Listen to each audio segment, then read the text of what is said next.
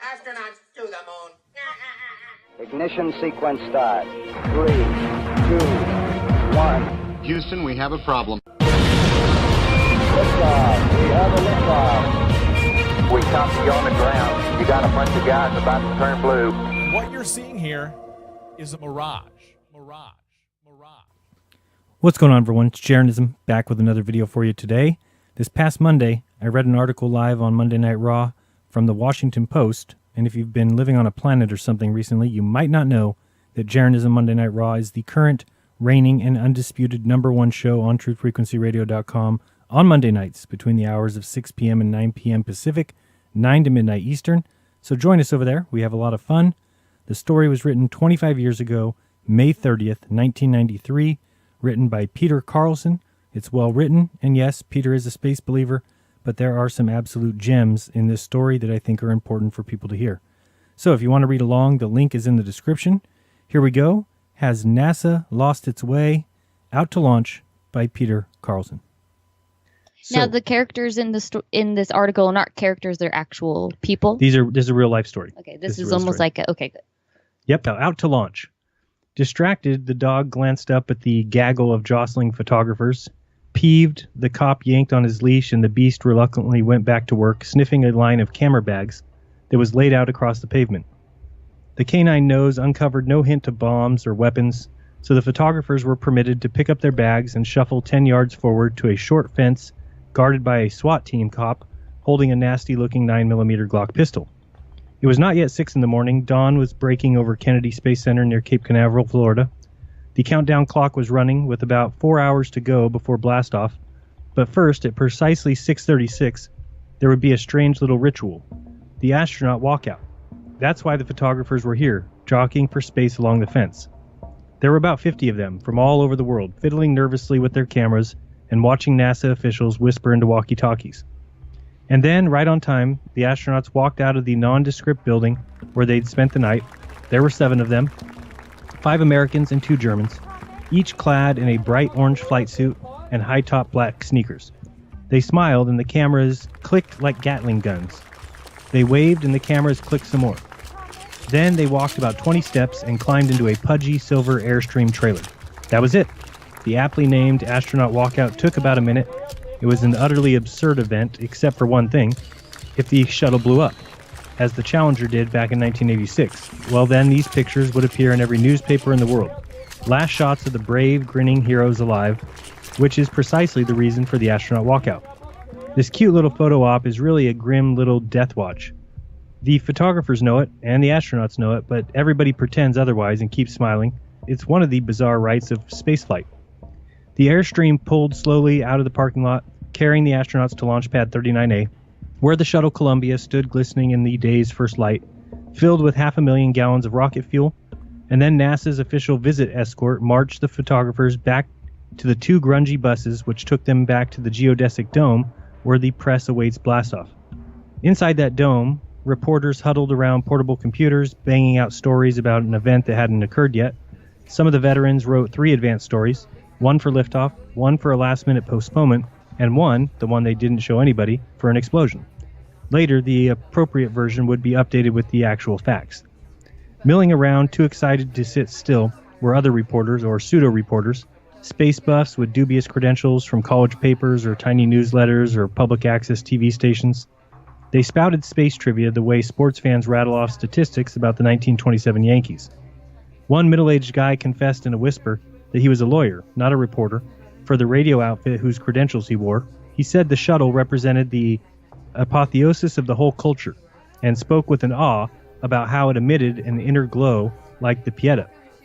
At T-8 minutes, I wandered outside to stake out a spot on the lawn in front of the press grandstand. Out past the huge digital countdown clock and a fetid little lake, Columbia stood there 3 miles away, its nose aimed towards the brilliant blue heavens. Twice in the last few months, technical glitches had postponed the flight. But on this day, March 22nd, the countdown proceeded with no problems. I'd never seen a launch before, and I was surprised at how nervous I was. Would I witness a magnificent ascent or a horrible explosion? Adrenaline-fueled butterflies fluttered in my gut. 2 minutes and 10 seconds from launch, said Mitch Varnes, the NASA commentator, whose voice bellowed out of the grandstand loudspeakers like a ballpark announcer's. The astronauts have now closed their visors in preparation for the launch. The replenishment of liquid hydrogen to the external tank is being terminated, and Columbia is now disconnected from all ground systems. "I'm getting chills," said a college student who was standing next to me. Then she giggled nervously. "When Columbia's engines ignite in 75 seconds, the roar of 37 million horsepower will begin," Barnes continued. "More than 7 million pounds of thrust will kick in 6 seconds after that. When the boosters ignite, Columbia begins its journey skyward." Everybody leaned anxiously forward, squinting towards the shuttle, which was shining in the sun. T-minus 15, and we're coming up for a go for main engine start. And we're coming up on a go for main engine start. 7, 6, 5, 4. A burst of orange flame leapt from Columbia's tail, producing a puff of white smoke as thick as whipped cream. The shuttle shuddered, but failed to move. "Abort. We have a main engine shutdown in T-minus 3 seconds." There was a quick, involuntary gasp from the entire grandstand. The white smoke covered Columbia, shielding it completely from our view. For a few seconds, nobody breathed. Then the smoke blew off, and there was Columbia, still sitting there, still in one piece. It hadn't flown, but it hadn't blown up either. It was a dud, like a bottle rocket that fizzled but never left the bottle. "The engines are safe," Varn said, his voice a little calmer now, "and Columbia is being placed in safe configuration." The big countdown clock stood frozen at 3 seconds. Slowly, the spectators shuffled inside where the TV showed the astronauts climbing out of the shuttle. The problem was a faulty valve in main engine number 3, NASA revealed. Computers caught it and automatically aborted the launch. "The system worked," Dick Young, a NASA spokesman, told a group of reporters. When he walked away, one wag muttered, "You don't have to be in Washington to hear a spin doctor." I wandered outside and stared at Columbia, which towered over the flat Florida plains like a magnificent statue or maybe a metaphor for NASA's current predicament. In the past, it had soared to the heavens. Now, it couldn't quite get off the ground. Rough times for the right stuff. It's been a tough year for the National Aeronautics and Space Administration. In 1993, shuttle launches have been postponed by ruptured hoses, broken valves, faulty sensors, and even missing paperwork. The main antenna of the spacecraft Galileo was stuck shut as it sped towards Jupiter. A General Accounting Office report lambasted the agency for routinely fudging its cost estimates. NASA sheepishly admitted massive cost overruns, perhaps as much as $1 billion worth, on its still unbuilt space station Freedom. The Justice Department investigated the possibility of fraud in the production of the flawed Hubble Space Telescope. The new administration informed NASA that its annual budget, which had doubled to $14 billion in the past decade, would not continue to soar, and that the White House also ordered the agency to scale back and redesign the space station by June 7th, the fourth major redesign since the project was proposed by President Reagan in '84. Worse, in a weird way, was the press release from Hollywood. NASA and a consortium of corporations sponsoring the first commercial space mission in U.S. history have chosen Columbia Pictures and its action-adventure film Last Action Hero, starring Arnold Schwarzenegger, to be the first advertiser in space. It was, alas, true. Columbia had paid $500,000 for the right to plaster the words Last Action Hero and Schwarzenegger on the fuselage of the Conestoga rocket, scheduled to be launched in later June, part of NASA's Comet Commercial Experiment Transporter program. Needless to say, Jay Leno had a field day with that one. On Capitol Hill, the space subcommittees repeatedly summoned NASA officials into hearings and belted them with vicious sound bites. A budget that's clearly running out of control, a bureaucracy concerned with its own self-perpetuation, taxpayer dollars are being flushed down into a dark hole in space. Off the Hill, some critics were even harsher. NASA stands for not a serious agency, said novelist Tom Clancy, who served on the White House space policy during the Bush administration. It's the HUD in space. Even NASA's own administrator, Daniel S. Golden, wondered aloud in a public speech whether NASA can reestablish its can-do reputation and relevancy with the American people, or whether we will just continue to drift towards the fringe of national priorities and become a white-collar jobs program. In the spring of 1993, NASA somehow seemed like an old home-run king who was past his prime, going flabby in the gut and creaky in the legs, on and off the disabled list, hitting about 220, and yet still capable, at some dramatic moment, of launching one, sending it into orbit, thrilling the crowd and bringing back memories of its magnificent youth. And how magnificent NASA was in its youth. It was the home of the right stuff, the agency that performed feats out of science fiction. It launched Mariner 10 past Mercury and Venus. It landed Viking 2 on the surface of Mars. It shot Voyager 2 more than 2 billion miles into space past Jupiter, Saturn, Uranus, and Neptune, sending back stunning color images of previously unseen worlds.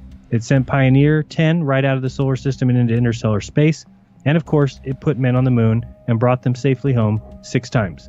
NASA is the only civilian agency of the federal government that has attained a certain status of legend, the only one that has inspired ticker tape parades.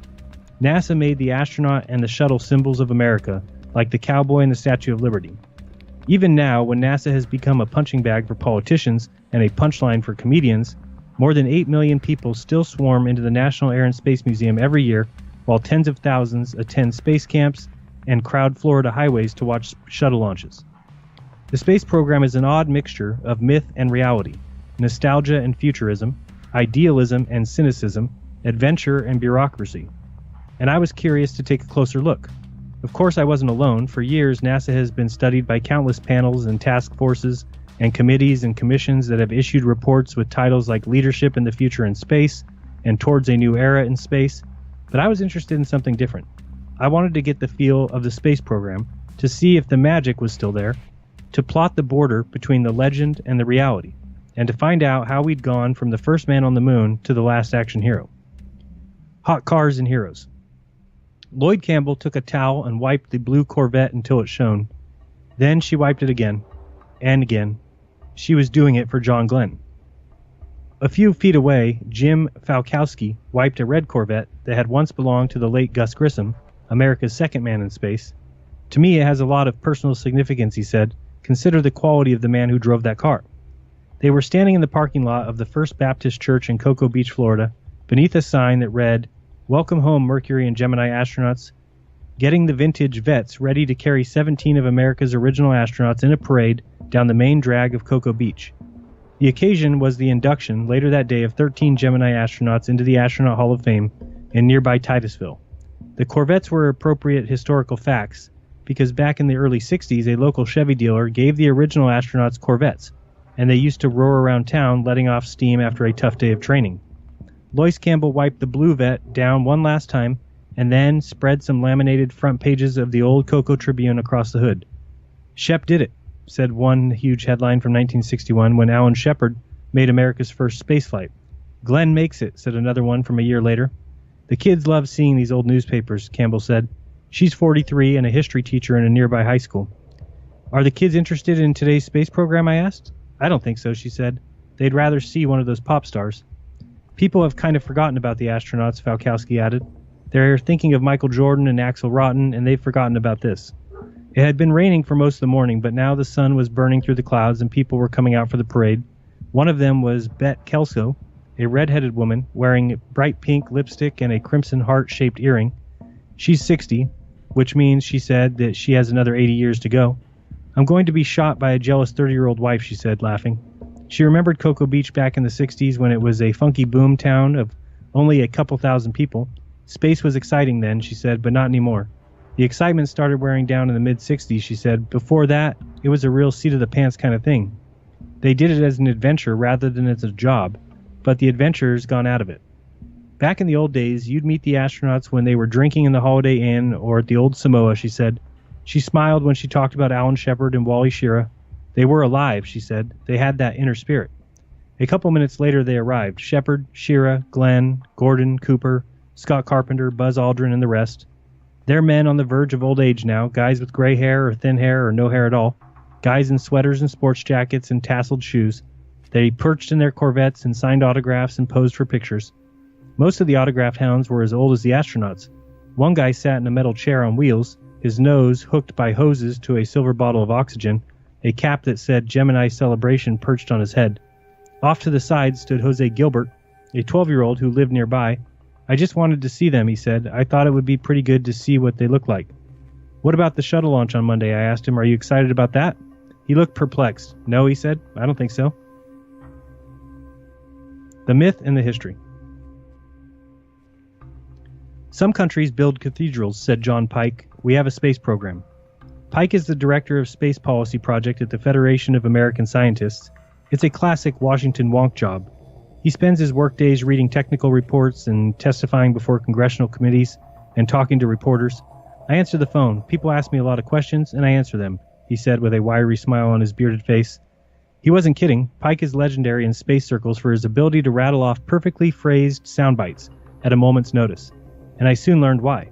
He greeted me, but then he sat down and put his big feet on the desk and kept them there for 3 solid hours while he sipped water, smoked several Camels, answered the phone, and spouted sound bites on various topics, including predictions on NASA personnel matters that later proved true. It was pretty impressive. I'd read Pike's Senate testimony on Space Station, and I had come to ask him technical questions, but we were soon sidetracked with a discussion about the myth. The fundamental thing that the civil space program has done all along is embody and express core national values and aspirations, he said. The presumption of the American Republic is that we're pioneers, that we explore frontiers, that we use technology in that pursuit, and that we are a country with a special sense of our place in history. And in various guises, I think that's mainly been what NASA's been about. It's mainly about making us feel good about being Americans. He said it very matter-of-factly, but I found it stunning. Is that worthy of all this money? Yeah, he said. Of course, all countries need institutions that embody the national myth, and NASA is ours. The Brits have the monarchy, the Westminster Abbey, and we've got the space program and the Air and Space Museum. So it's like a religion? Yeah, he said. It's a secular religion in the same sense that the flag and the 4th of July are part of our secular religion. Where does the science fit into this? Where does science research fit into this? I asked. Icing on the cake, he said, still wearing that wiry smile. We've certainly learned some interesting and important things, but most of the resonance of the program with the public has to do with the fact that it's humans going into the heavens rather than finding out more about Earth's magnetosphere. Is that true? Is NASA primarily a big national feel-good program? I ran Pike's idea past another oft-quoted space expert, John Logston, a white-haired political science professor and director of the Space Policy Institute at George Washington University. John's doing a series of sound bites, I guess, huh? Logston said with a laugh. But then he acknowledged that he agreed with Pike that NASA is an instrument of national policy and propaganda that projects to the world and back to ourselves the image of the United States as a pioneering, technologically advanced, risk-taking, high-achievement society. That's clearly what Apollo was all about. He got up from his chair, opened a file cabinet, and took out a folder full of space-related documents. He picked up a memo from President Kennedy to Vice President Johnson dated April 20th, 1961, and he started reading from it. Do we have a chance of beating the Soviets by putting a laboratory in space, or by a trip around the moon, or a rocket to land on the moon? Is there any other space program which promises dramatic results which we could win? He picked up another memo. This one was from the Defense Secretary Robert McNamara and NASA head Jim Webb to Kennedy 2 weeks later, and read from that. It is vital to establish specific missions aimed mainly at national prestige. 2 weeks later, Kennedy stood before a joint session of Congress and announced the new goal for the infant space program, landing a man on the moon and returning him safely to Earth. Thus, Apollo was born. It was conceived, Logston said, in reaction to Kennedy's political problems, the Bay of Pigs, Laos, the Soviet success in space, but never as a scientific endeavor. Science had nothing to do with it, he said. When Apollo 11 landed on the moon in 1969, fulfilling Kennedy's goal, Richard Nixon was president. This is the greatest week in the history of the world since the creation, Nixon said. Before long, though, he was cutting back on the space program. His calculus, said Logston, was that there were no benefits to him as a president that could match what he'd already gotten for being president when Apollo happened. So Nixon nixed the idea of a mission to Mars and instead opted for a program to build cheap, safe, reusable vehicles that would carry men and machines into low Earth orbit. In other words, the space shuttle. It would, Nixon said, take astronomical cost out of the astronautics. But the shuttle program has cost more than $80 billion since then, and it has never quite worked as planned. Instead of 60 flights a year, the original estimate, it has flown only 55 flights in its 12-year history. The shuttle is undoubtedly a technical marvel, the only vehicle that can cart thousands of pounds into orbit and bring it back. But the 4-shuttle fleet now requires a permanent army of 30,000 workers to keep flying its schedule of 8 missions per year. And of course, there was the horrific 1986 Challenger disaster. NASA spent the 70s developing the shuttle and then, in the early 80s, advanced a new program, the space station. Why that project at that time? Because NASA was done building shuttles. Logston said, NASA is an organization that is set up to develop big, new hardware systems. Either you found something else to do, or you shut down portions of the organization, and every institution tries to maintain itself. So it was a big WPA project, I asked him? Yes. That was the primary goal? Well, that was the primary reality. Logston had laid out a pretty bleak, even cynical history of NASA.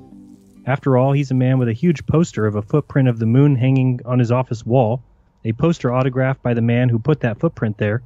To Space Policy Institute, best wishes, Buzz Aldrin, and Logson serves on the board of Aldrin's National Space Society, which he calls a citizens advocacy group for space. Does that mean that you're an advocate for the space program? Yeah, he conceded. I'm not a Trekkie. I've never read real science fiction. I don't want to go to space, but I think it's a neat thing. It's exciting. Then he smiled and played the space proponent's ultimate trump card. You tell me, when you come back from that shuttle launch, if it was or wasn't an exciting thing. Unhappy heroes. In the Astronaut Hall of Fame, the displays included a moon rock and a piece of the Atlas rocket that launched John Glenn into orbit, and Pete Conrad's Apollo 12 flight suit, and Alan Shepard's Apollo 14 toothbrush, and Buzz Aldrin's 9th grade report card, and Jim Lovell's Boy Scout handbook. In the Hall of Fame souvenir shop, there were 6-inch rubber astronauts for $1.99, and photos of rocket launches for $2.75, and teddy bears dressed in spacesuits for $9, and NASA jumpsuits for $70. And in the Hall's auditorium, the Gemini astronauts, fresh from their parade through Cocoa Beach, sat behind a long table for a group press conference. The first question was, do you perceive that it's less fun nowadays to be in the space program? John Young, the only Gemini veteran still at NASA, he's a special assistant to the director of the Johnson Space Center, answered the question the way Shepard used to answer back in the old days, in the voice of Jose Jimenez. Being an astronaut, he said, is still fun. His old buddies roared with laughter. But that was about it for the laughs. It soon became obvious that the Gemini brethren were not thrilled at all with the current space program. We're about 35 years behind where we should be, said Conrad. I think we somehow have abandoned the cause, said Eugene. We somehow seem unwilling to take risks and to be accountable as we did 20 or 25 years ago. NASA has to show its credibility, said Tom Stafford. I'm talking about leadership at NASA. I don't really think we've had effective political leadership for American space program since Apollo, said Borman. We had a dichotomy in our society in the 60s. Those of us who are here today were involved in a great nationalistic effort to beat the Russians in a space business. Half the other people in the society were throwing rocks and bombs and dodging the draft. They're running the country now. I just hope we get a space station up, said Conrad, but personally, I don't hold out a lot of hope. Amid all this gloom, a reporter rose to ask a question of Buzz Aldrin, who walked on the moon nearly a quarter century ago. What benefits should we point out to Americans, especially Americans too young to remember that? What have been the benefits of the fact that you and Neil Armstrong went to the moon? Aldrin pondered that question for a long moment. Intangible benefits, I think too many people are looking at what's in it for me, he said. What I think has been in it for them is the number of people that, well, as I go around, they come up to me and they feel compelled to tell me that where they were back when I went to the moon. To me, that's not because of something that happened there on the moon. It's because something that happened to the person that made their life significant at that point. I think we tend to want to look for, what's the goodie in this? What am I going to get out of these moon rocks? It's the lifting of the spirit. It's the fact that we regret that we're not doing it today and that we should. That what we got out of Apollo. Back to the moon and on to Mars. When we talk about return to the moon, we're really talking about settling the moon, said Michael Griffin. When we talk about voyagers to Mars, we're talking about one day settling on Mars with a permanent human activity. Griffin was sitting in his NASA office, sipping coffee out of his NASA mug. He wore the requisite dark pinstripe suit and the plastic ID badge of the government bureaucrat, but he spoke with a boyish enthusiasm about activities usually associated with science fiction, which was part of his job. As NASA's Associate Administrator for Exploration, he was the agency's head visionary. In 1989, President Bush vowed that America would reestablish a base on the moon and then put a man on Mars by 2019, the 50th anniversary of the first moonwalk. Now, Griffin was the man in charge of planning those trips. Our initial plans are for what we'd call a man-tended outpost. On the moon, he said. By that I mean people can visit for up to 45 days at a time, approximately 15 times the length of the stay allowable in the Apollo era. Gradually, the outpost would grow into a permanent self-supported base, complete with farms and mines and labs and nuclear power plants. Of course, he admitted, that might take a little while. Much of the focus of your early activity is just going to be on being there and surviving, he said. One doubts that the Pilgrims in their first winter were giving much thought to the founding of Yale University. One of the purposes of the Moon Project is to develop the technology necessary to go to Mars. Going to the moon is not hard, he said. Going to Mars is hard. Mars is 35 million miles away. It would take more than 4 months to get there. The planet is cold and dry. It makes Antarctica look inviting by comparison. And of course, the dangers are infinite. If the wrong thing breaks at the wrong time, No one will come home. Not one of them. Still, Griffin spoke of the trip with enthusiasm. He compared it to the exploration of the Americans and the voyages of Magellan and Cook. He drew parallels with Lewis and Clark and the building of the Transcontinental Railroad. It's the next step outward in the expansion of the human species off Earth, he said, and that's something that will come, something that must come. It will benefit the people back on Earth in tremendous and numerous ways. Like what, I asked. Well, when we learn to develop and exploit the resources of the solar system, he said, we're going to be developing new technologies. Advanced robotic systems, advanced healthcare systems, technologies for mining, extracting material from the moon, safe nuclear power systems for use on the moon. Science cannot be done on Earth. I think those things are valuable, he said. I think they're worth what we pay for them. What we pay for NASA, he said, is 17 cents per American per day. For only a quarter per American per day, we could get to the moon and Mars in all its glory. I can't even dignify it by calling it pocket change, he said. It's less than pocket change. Griffin was pretty convincing, at least to me. I left ready to pony up my quarter a day. Apparently, other people were not so moved. 10 days later, NASA Administrator Daniel Golden announced that he was closing the Office of Exploration and transferring Griffin to a job as chief engineer. Technically speaking, we are not ready to return to the moon or go to the Mars, Golden said. He later explained in a speech, we haven't established that humans can live and work in these extremely hostile environments for a long period of time. We haven't established that we could do this program for $50 billion instead of $500 billion. We haven't done the precursor robotic scouting missions that are necessary. We don't have a heavy launch vehicle in the pipeline, so we need to get our house in order before we push on. America's most famous toilet. So here we are, Mr. Chairman, looking down the drain of NASA's snazzy new space shuttle toilet, said Republican F. James Sensenbrenner Jr., Republican from Wisconsin. If you look closely down there, you can see the hefty sum of $23,400,000. Fortunately, neither Sensenbrenner nor the chairman was literally looking into a toilet. Actually, they were sitting in the hearing room of the House Subcommittee on Space, surrounded by color photos of a shuttle launch and spacewalking astronaut, and they were verbally mugging a panel of NASA bureaucrats. Hearings are a common aspect of the life at NASA, at least as common shuttle launches. In fact, they're becoming a familiar ritual. An irate congressional committee sits there outraged at some horrendous cost overrun, summons NASA honchos in to be raked over the coals while TV cameras churn. In this case, it was a cost overrun on a new, improved toilet for the space shuttle. NASA contracted for Rockwell International and Hamilton Standard to produce 2 commodes for $8.3 million, and then 2.5 years later, the agency got 1 commode for $23.4 million. Much publicity ensued, and the commode became America's most famous toilet. And now, Sensenbrenner, his face red and his voice raised, was going at full oratorical throttle. The insularity, the incompetence, and arrogance that's showing up today in NASA, a NASA that can't shoot straight with Congress, that can't shoot straight with the public, it can't seem to pay for a toilet for the astronauts without displaying some kind of horrendous neglect. Which was not unusual, Sensenbrenner pointed out. He cited a GAO study of 29 major NASA programs which revealed that 25 of those exceeded their original cost estimates, that 21 rose by at least 50%, and that 10 doubled in cost. Why is this system of making things for humanity's greatest space program, he asked, so tolerant of mediocre performance and flat-out lousy management? That was the rhetorical question. The NASA panel wasn't supposed to answer it. First, the other committee members would get a chance to make opening remarks, which they did, flogging the panel with angry rhetoric, much of it containing unfortunate attempts at toilet-related humor. We cannot be asking American people in this country to be tightening their belts and having NASA dropping their pants on a $23 million toilet seat, said Tom Romer. This is a high-priced potty, said Harold Volkmer. We're not just looking at a space toilet today, said Dana Rohrabacher. This is about whether or not the management of the space program is adequate or not. The credibility of the entire space program is at stake, said Dick Zimmer.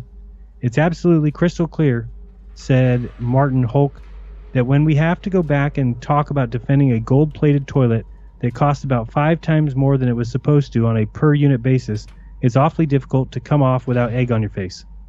This verbal horsewhipping went on for nearly an hour, while a panel of 5 NASA honchos in dark suits sat at the witness table, silent and stoic. This ritual is apparently how NASA desk jockeys prove that they have the bureaucratic equivalent of the right stuff. They show it by remaining utterly unemotional while being bludgeoned by TV-frenzied polls, And then, after being duly sworn in, by droning on with prepared statements that are so long, so convoluted, so jargon-studded, so stupefyingly dull that the committee is bored into submission. Jeremiah W. Pearson III, NASA's Associate Administrator for Spaceflight, went first. Thank you for the opportunity to come before you today to discuss NASA's management of the Space Shuttle improved waste collection system in the context of NASA's program management and procurement practices in general. Then came Daniel F. Germany, a manager at NASA's Johnson Space Center. Primary reasons for the cost overruns were the significantly underestimated task complexity by Hamilton standard and significantly underestimated vendor and subcontractor costs for hardware components. Then came Leonard Nicholson, NASA's shuttle program manager. All of these agreements and commitments are then reviewed and confirmed at the preliminary design review and then again at critical design reviews. Then Deidre A. Lee, NASA's acting associate administrator for procurement. In the area of the program management, the agency has developed an infrastructure to strengthen the program and the process management. This is going to include a program management council chaired by a deputy administrator and consisting of other key managerial positions. By this time, it felt as if all the air in the crowded hearing room had been completely sucked out and replaced by carbon monoxide. Republican Volkmer had laid his head atop his folded arms on the desk in front of him and appeared to be dozing off. But several other members of the subcommittee managed to stay awake. Some even tried to get real answers out of the panel. Somebody at NASA wasn't doing their job, said Rodebecker. Well, said Germany, we at NASA, this is a team effort. Well, maybe you could tell me what member of the team is screwing up. Well, let me just say it this way, said Germany. The team put the requirements down, and I'm the chairman of the team, so you're accountable for it? Rockenbacher said. Have you docked yourself some pay? No, sir. Has there been any pay docked from any member of this team because of this screw-up? Not that I'm aware of. Did anyone at NASA lose their job? Not to my knowledge. Did anyone get an official reprimand? Is there something in somebody's record that says, hey, this person totally screwed up royally and cost taxpayers $20 million? No, sir. And on it went. A week later, the committee held another hearing, this one on the cost overruns of the space station Freedom, cost overruns approaching $1 billion. Redesigning Freedom. The phone rang. A young woman picked it up. Good morning, she said, space station. She was not in the space station, of course. The space station doesn't exist yet, although NASA has already spent $8 billion on the planning phase of what was originally supposed to be an $8 billion project. She was sitting in NASA's headquarters outside the office of Marty Kress, who is deputy director of the space station. Kress, a former staffer on the Senate Space Committee, was the man deputized to explain Space Station Freedom to me. He wore a bulky green sweater and corduroy pants, and he never stopped moving, flickering imaginary dust specks off his red desktop and doodling rectangles inside of other rectangles inside of rectangles on his yellow legal pad. Why do we have a space station? I asked. Believe it or not, I think that's the key question, he said. I've always personally felt, and I have 3 kids, to me it has to be as much symbolic value as it does practical value. It was kind of a bridge to the next century. It was a way of the United States telling the world that we are committed to maintaining our leadership in high technology, so I always felt its primary purpose was to be a space-based research center that would push the edge of technology. Various space station plans have blossomed on NASA's drawing boards for decades, but the project finally got off the ground, metaphorically if not literally, when Jim Briggs, the agency's administrator, sold the idea to Ronald Reagan in 1983. He and Reagan agreed on the concept, almost like Kennedy and Apollo, over the objections of most of his key advisors. And the next thing you know, there was a space station program. In the 1984 State of the Union address, Kress said, at that point in time it was advertised as $8 billion off the shelf. But people have to realize that at that time, there wasn't even a drawing or one study. It wasn't a marketing of a concept. It was originally an audacious concept. Freedom would be a permanently manned station with several laboratories, a satellite repair facility, observation stations, a storage depot, a facility for manufacturing medicines, a transportation depot, and a staging base for missions to the Moon and Mars. Gradually, though, as predicted, the price tag grew to $38 billion. The GAO estimated in 1991. The station was redesigned, and it got smaller and even smaller. We change it every 2 or 3 years, Kress said. Either the change of administration does it, or the change of committee chairman on the Hill does it, or the change in the focus of Congress does it, or the agency does it itself. And you sit there and you go, wait a minute. In 1991, Freedom was nearly killed when a House Appropriations Subcommittee refused to fund it. That sparked a battle in Congress. Among those lobbying against the station was a consortium of 14 scientific groups, including the American Physical Society, the American Chemical Society, the American Mathematical Society, which warned that the excessive cost of the station threatens the vitality of other scientific research projects. But NASA had a weapon stronger than science. It sent every congressional office a map of the United States showing the locations of businesses with a station-related contract. There was more than 100 of them, scattered in 29 states. The map was labeled Business Getting Bucks. Not surprisingly, Congress voted to fund the program, but it also demanded that the station be redesigned and, of course, made smaller. Then, this past January, as the new administration was settling in, NASA revealed that the station was facing potential cost overruns of somewhere between $500 million and $1 billion. This caught us totally off guard. I'm not going to kid you, Kress said. We didn't manage the prime contractors as well as we should have, and they didn't manage their subcontractors as well as they should have. Cost overruns are regrettable but inevitable, Kress said. The Pentagon and other government agencies that purchase huge, complex systems have the same problems. I'd like to tell you that I have the answer to cost overruns, he said, but I don't think the agency does. In February, President Clinton ordered NASA to redesign and scale down the station yet again, and Administrator Golden promised to produce a streamlined, cost-effective design, which is now scheduled to be unveiled on June 7th. Everybody's always sitting there, ready to amend or change, Kress said, sounding a little peeved at the whole process. My view is that it's about damn time people build something. A standing O for the Big Bang. The white-smocked scientist melted into a hideous puddle atop his desk, right next to his microscope, as his colleagues stared in horror. My God, it's Professor Dickel, said their boss. Weinberg, see what the devil he was working on, and the rest of you get back to your stations. It was a Far Side cartoon, one of many Far Side cartoons taped in the hallways of Building 21 at NASA's Goddard Space Flight Center in Greenbelt. It's a building full of scientists who study astronomy, atmospheric chemistry, solar physics, infrared astrophysics, and the other issues generally overshadowed by NASA's more spectacular successes and their failures. I was wandering the halls of Building 21, killing time, between appointments, pursuing the stuff on the walls. On the bulletin boards were notices about a workshop on mass supply and flows in the solar corona, a symposium on the infrared cirrus and diffuse interstellar clouds, and a colloquium on particle acceleration phenomenon in astrophysical plasma. There were photos of impact craters on Venus, which looked like lakes of fire, and there was a list of new books in the Goddard Library, which included gas chromatography and a catalog of quasars and active nuclei. On one wall was a newspaper story about NASA's Cosmic Background Explorer, or COBE project. It caught my eye because I was on my way to interview the COBE's head scientist, John Mather. The headline read, "Exclusive Photo of Heaven." The text was even better. Scientists claim to have found heaven at the center of the Milky Way galaxy, and that they have a photograph to prove it.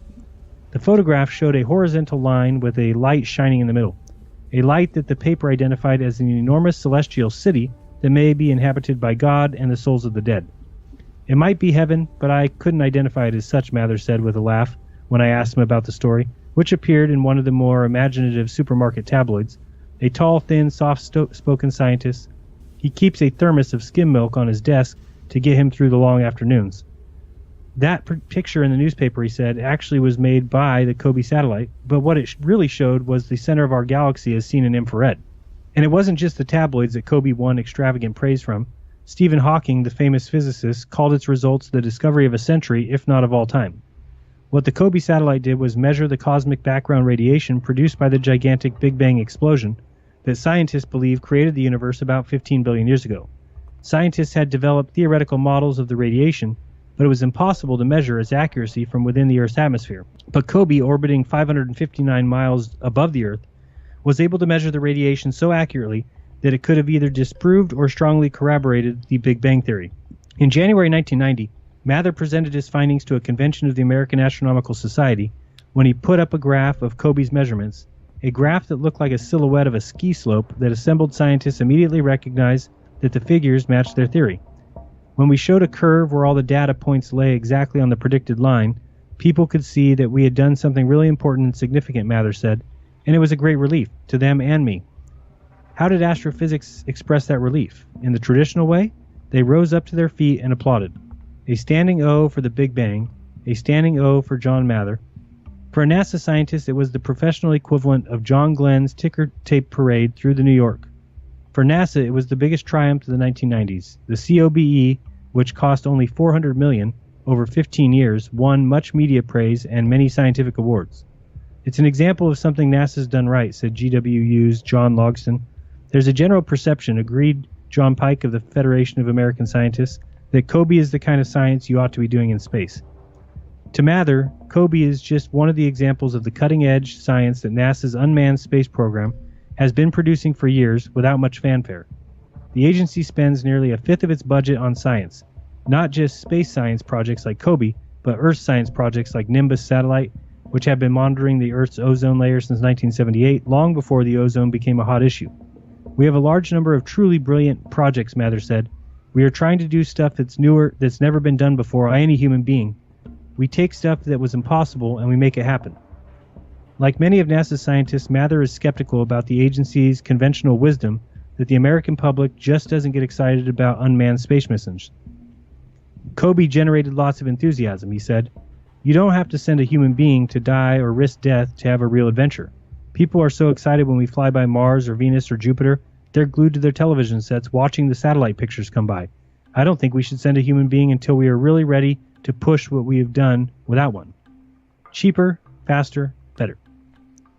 You have a factory that builds metal coat hangers, he said, in the South Bronx. The market just dropped out of the black coat hanger business, and we have millions of black coat hangers. You've got 3 minutes. Tell me what you're going to do with those black coat hangers. Who, me, I asked? Yeah, you. Trust me. Just sit and write. So I did. Golden timed me. Okay, he said after 3 minutes. What have you got? Bird cages, bicycle spokes, mobiles, pipe cleaners. He was not impressed. You were looking for a good idea, he said, and you prejudged it. Instead, I should have been more childlike, less linear, open to any idea, even silly ones, in short, more creative. I gave this test to folks on the space station redesign, he said. I felt they were becoming a little too constrained in their thinking. They knew what couldn't be done.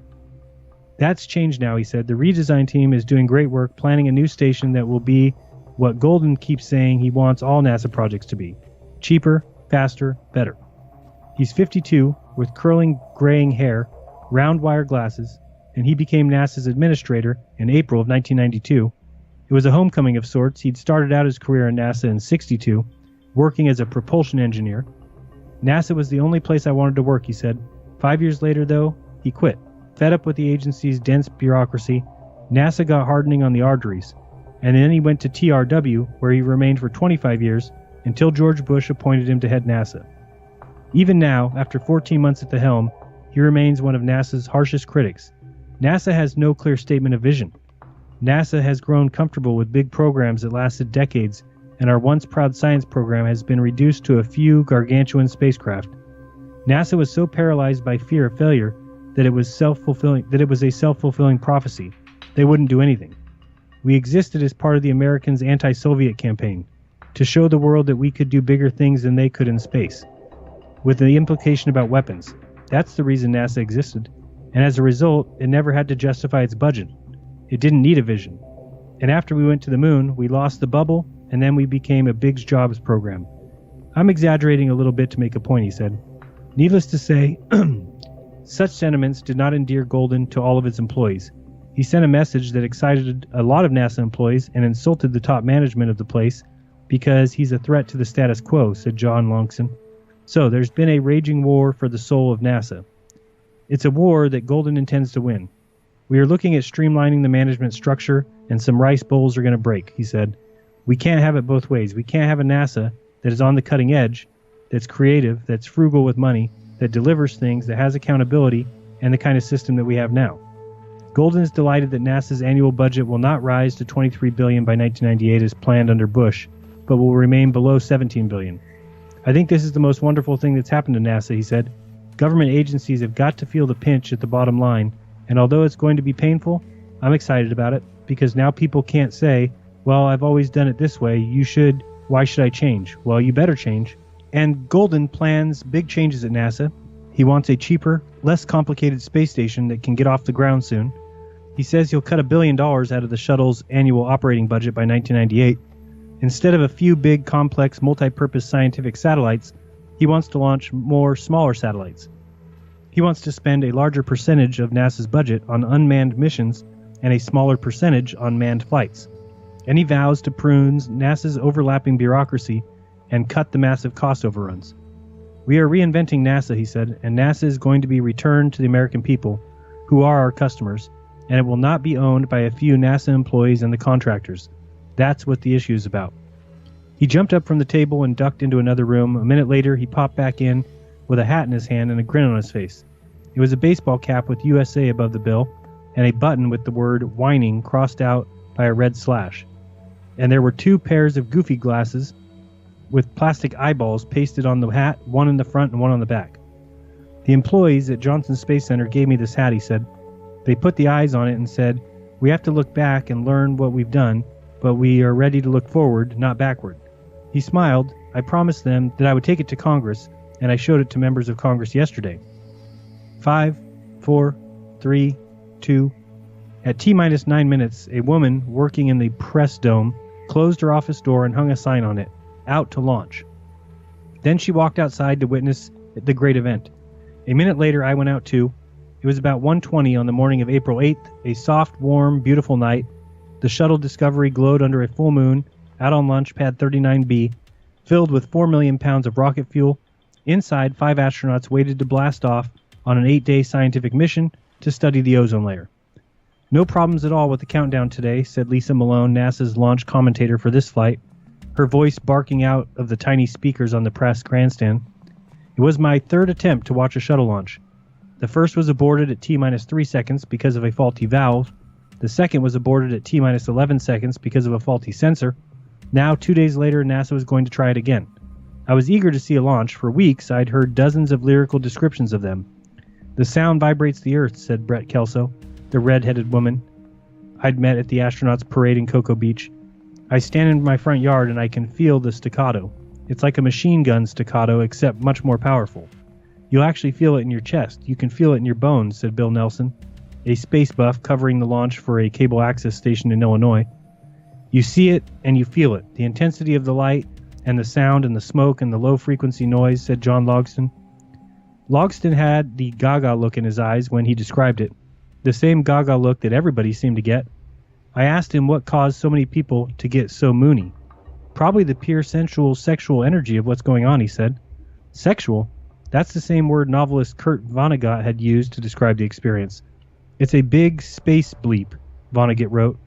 "How would taxpayers feel if they found out they were buying orgasms for a few thousand freaks within a mile of the launch pad? And it's an extremely satisfactory orgasm. I mean, you're shaking and you do take leave of your senses." As I said, I was eager to see this launch. "T-minus 10, said Lisa Malone. 9, 8, we've got to go for main engine start. 6, 5, 4, 3, 2, 1, we have ignition. We have liftoff." Discovery rose slowly on a bright yellow column of fire. From the bleachers behind me came this high-pitched squeal of delight as the sound of Shea Stadium when the Beatles stepped on stage. For a moment, that was only noise. Then came this low rumble, like a silk ripping, like a roaring fire. Discovery pushed upward into the black night, but the horizon below it was as bright as the moon. It was an eerie effect, like the famous Magite painting of a night street below a sunny sky. The sound got louder and deeper, like the ultimate bass note, like distant thunder, like an ocean full of ice cracking, like the last creak of a mine timber before the cave-in, like nothing I'd ever heard. And that's just the sound of the sound. There's also the feel of the sound. It pulses out the ground up, your leg bones and you're inside your chest, like the vibration of the ultimate electric bass note, like a minor earthquake, like the rattle of windows when a jet goes by, like nothing I've ever felt. And then the force of the blast-off hit me, pushing me backward like one of those shoves to the chest by a guy who was in a bar fight, the ones they give each other instead of punches when they really don't want to fight. Discovery streaked higher into the sky, picking up speed. 1.5 minutes so far, said the voice from the speaker. And Discovery had already burned more than 2.5 million pounds of propellant and weighs less than half that it did at takeoff. Altitude now was 15 miles, 12 miles from the launch pad. Discovery is traveling at 2,050 miles per hour. It streaked higher and streaked to the north, traveling up the east coast. Altitude is now 61 miles, 365 miles from the launch pad. Discovery is now traveling at 9,800 miles per hour. It looked like the 4th of July rocket now, getting smaller and quieter, and finally, after 7 thrilling minutes, it disappeared into space. It was a sensual experience. It was sexual. The Earth moved, my body trembled, I saw fireworks, and when it was over, the guy from the New York Times lit up a cigarette and everybody chatted about how it felt and how it compared to other launches. Weeks later, defending the space program, John Logson had said, "You tell me when you come back here from the space launch if it was an exciting thing." Well, it was better than exciting. It was magnificent. It was awesome. It was inspiring. Now I understand that gaga look. It's not that the mere act of seeing the space shuttle blasting off blinds you to the bloated bureaucracy and the cost overruns. It's not that witnessing a space shuttle soaring heavenward makes you forget the pork barreling and the outrageous waste. It's just that the power, the absolute glory of it, the great American audacity of the whole endeavor, makes you want to forgive NASA's sins and give it one more chance. So if they can cut waste and trim the fat, if they can really do it cheaper, better, and faster, then let them do it. Light the fuse and let it fly. The end. Wow. Pretty crazy, incredible story. And, you know, for me, and I think after we read it the first time, I had said that I wouldn't doubt that if you and I went there and saw the shuttle launch, that we might walk away with that and say it was the most amazing thing we'd ever seen. I probably wouldn't say it was sexual, though. No, well, they've never been in our bedroom, obviously. Well, no. So it's not just a little rumble that, you know. But I mean, the thing is it's a production. Yeah. I He mean, even said at the very end, he's like, it makes you forget Right. about all their bullshit. So once you see a story like that 25 years ago, what do you think NASA grasped onto? What do you think they saw and said, this is it? So it's answered the question for me of why do they do all these launches? Right. Why do they constantly do this bullshit? They have to. That's all they Because got. they need to grip as many people as they can. And for some reason, people have this love of fire and explosions, bombs, and they love it. They just can't get enough of it. It's probably because they don't get enough of the orgasmic explosions. That is probably true. We've heard Red's rhetoric. He gets a little too excited when those rockets take off. We've heard several videos, maybe even dozens of videos of people recording rocket launches, and they sound like they're orgasming. Like they got to clean their pants right oh after. God! Oh. Yeah, It's crazy. It is kind of. It's kind of a. No, I don't make that sound when I orgasm. Just so you know. No. She does not. Very quiet. Yeah, right. So I mean, I thought it was an interesting story. I mean, there was some interesting stuff about myth and legend at the beginning. I thought that was pretty incredible. Yeah. Because really, that's what we're dealing with is the whole idea. It's a propaganda machine, and From day one. And you know, let's remove right now. Let's say me and you are going to go into a different mode here. Okay. We're going to go into the mode that everything NASA does is real. Okay. So their spacewalks are actually being done in space, 250 miles above. Okay. The shuttle is going up to space. They went to the moon. All that stuff. Even if I give them all that, I still can't understand how there's been, I forgot if it's 5 or 10 trillion. I think it's $5 trillion in space economics since 1960. What has that done for humanity?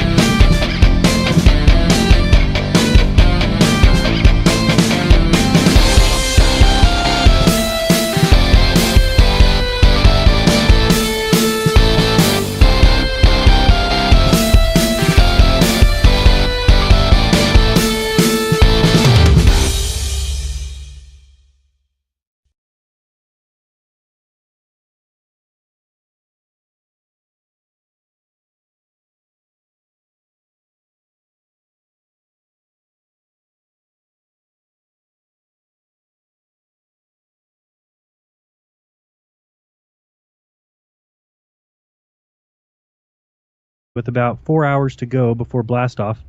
But first, at precisely 6:36, there would be a strange little ritual, the astronaut walkout. That's why the photographers were here, jockeying for space along the fence. There were about 50 of them from all over the world, fiddling nervously with their cameras and watching NASA officials whisper into walkie-talkies. And then, right on time, the astronauts walked out of the nondescript building where they'd spent the night.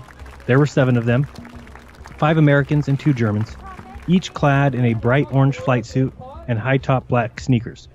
They smiled and the cameras clicked like Gatling guns. They waved and the cameras clicked some more.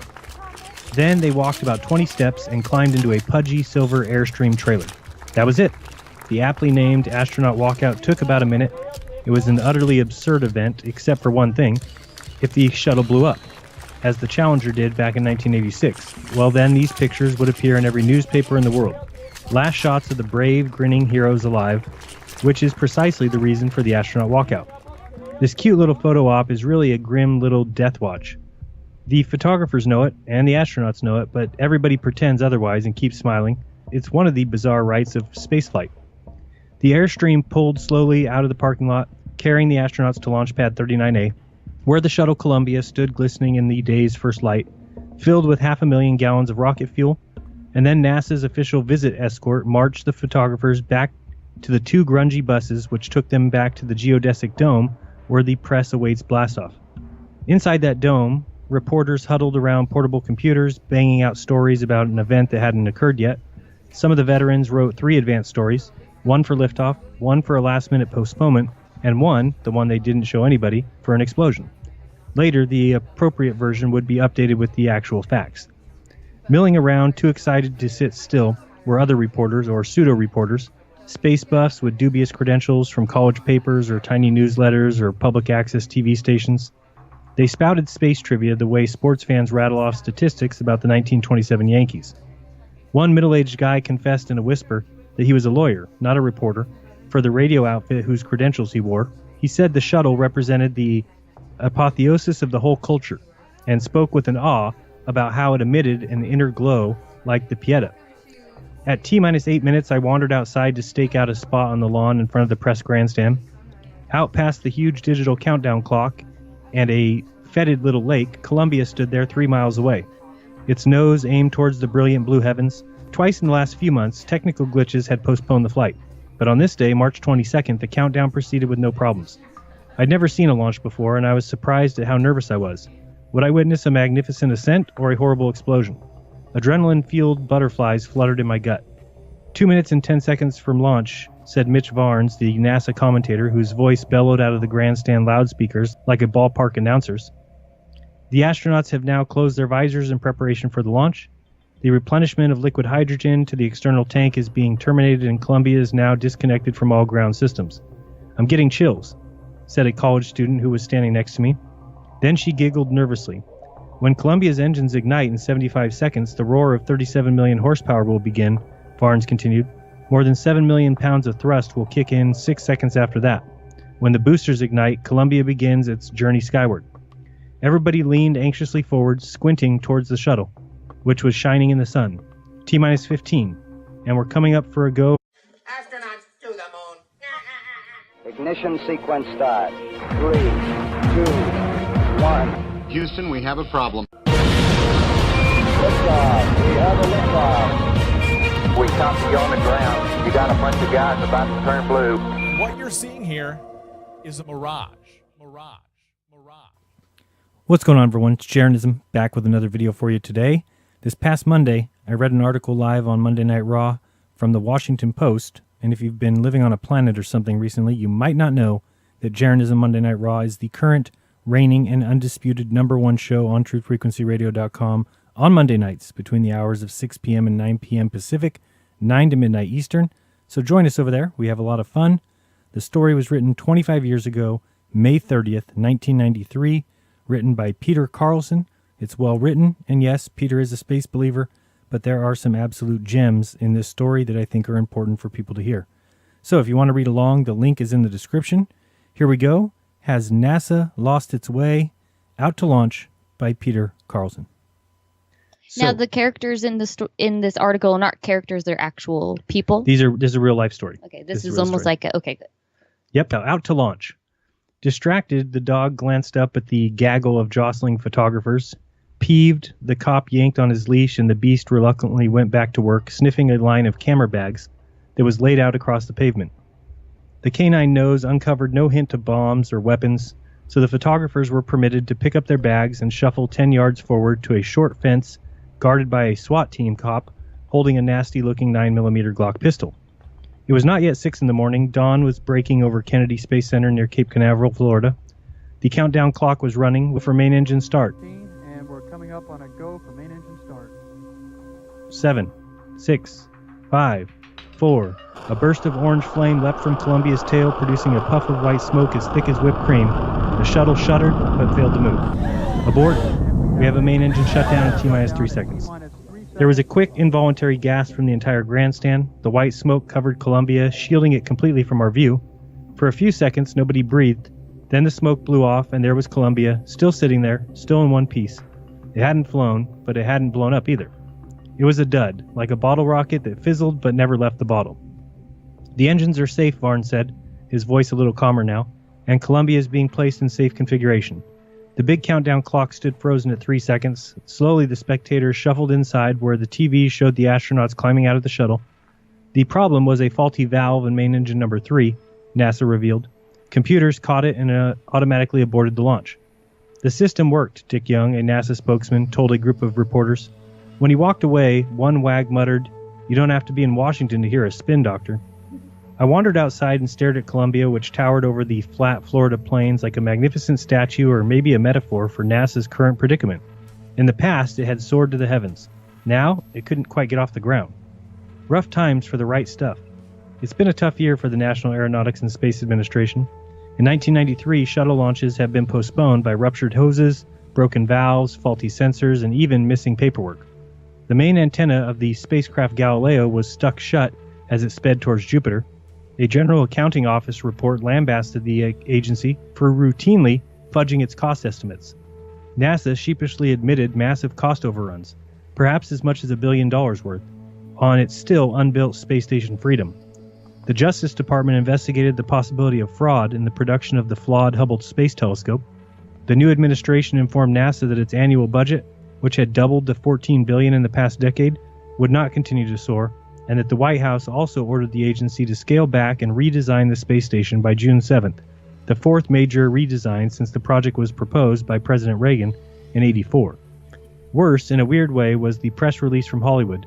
NASA and a consortium of corporations sponsoring the first commercial space mission in U.S. history have chosen Columbia Pictures and its action-adventure film Last Action Hero, starring Arnold Schwarzenegger, to be the first advertiser in space. It was, alas, true. Columbia had paid $500,000 for the right to plaster the words Last Action Hero and Schwarzenegger on the fuselage of the Conestoga rocket, scheduled to be launched in later June, part of NASA's COMET, Commercial Experiment Transporter program. Needless to say, Jay Leno had a field day with that one. On Capitol Hill, the space subcommittees repeatedly summoned NASA officials into hearings and belted them with vicious sound bites. A budget that's clearly running out of control, a bureaucracy concerned with its own self-perpetuation, taxpayer dollars are being flushed down into a dark hole in space.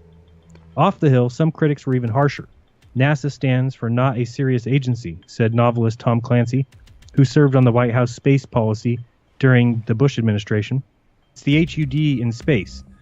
Even NASA's own administrator, Daniel S. Golden, wondered aloud in a public speech whether NASA can reestablish its can-do reputation and relevancy with the American people, or whether we will just continue to drift towards the fringe of national priorities and become a white-collar jobs program. In the spring of 1993, NASA somehow seemed like an old home run